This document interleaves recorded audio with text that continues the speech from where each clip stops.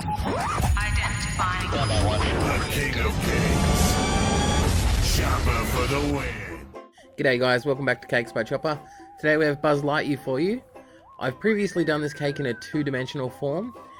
Recently on Instagram I took a poll of what everybody's favourite cake was, and Ella said this was hers, and it reminded me I wanted to redo this cake. Once you've printed out your Buzz template, you're going to cut it out, place it on top of your cake, cut away all the sides to get the shape of his full head, and then you're going to use the top layer, which I've cut very thin with a cake leveler, and just cut out his face portion. Then you're going to fill that with a buttercream. And when I say fill, you're basically giving it a crumb coat, and then you're going to place the top part on, because it's just bringing that face out a little bit. You don't want to make it protrude too much. Then you give it the crumb coat all over, raise up a bit of buttercream on his eyebrows and his nose and at the bottom of his chin. These are just little very small attributes that help make this cake come together. Roll out your purple fondant, place it over the top, and then gently smooth out all the edges, making sure you don't get any air bubbles trapped. Cut away the excess and put that aside for when we're going to finish off the cake. Now, to get his flesh tone, I used a little bit of red with white to make this pink, and then I used 1/8 yellow that gets rolled into the pink, and it goes to this flesh color, and that's the best way I can describe for you guys to get it nice every time. Once you've rolled it out to the desired thickness, you don't want this too thin, yet you don't want it too thick. You sort of want it in between.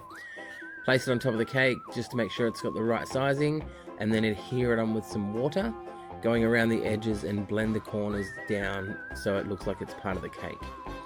Now take your template and cut out Buzz's eyes and his mouth, and you're going to place them on top of the flesh color and mark out where these go. This just helps you later on.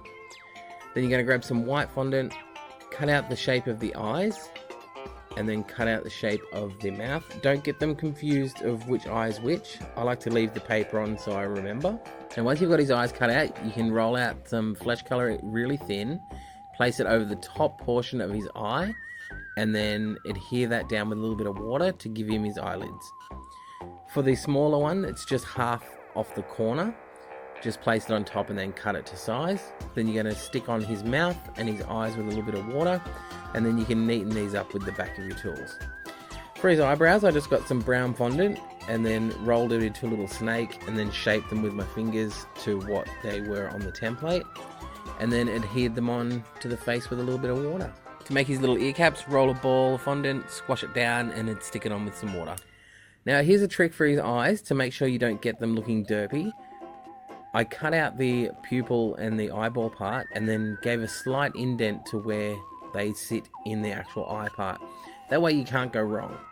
Then you're going to fill that with a light blue, and then trace around the edge with a black, and give him a black pupil in the middle.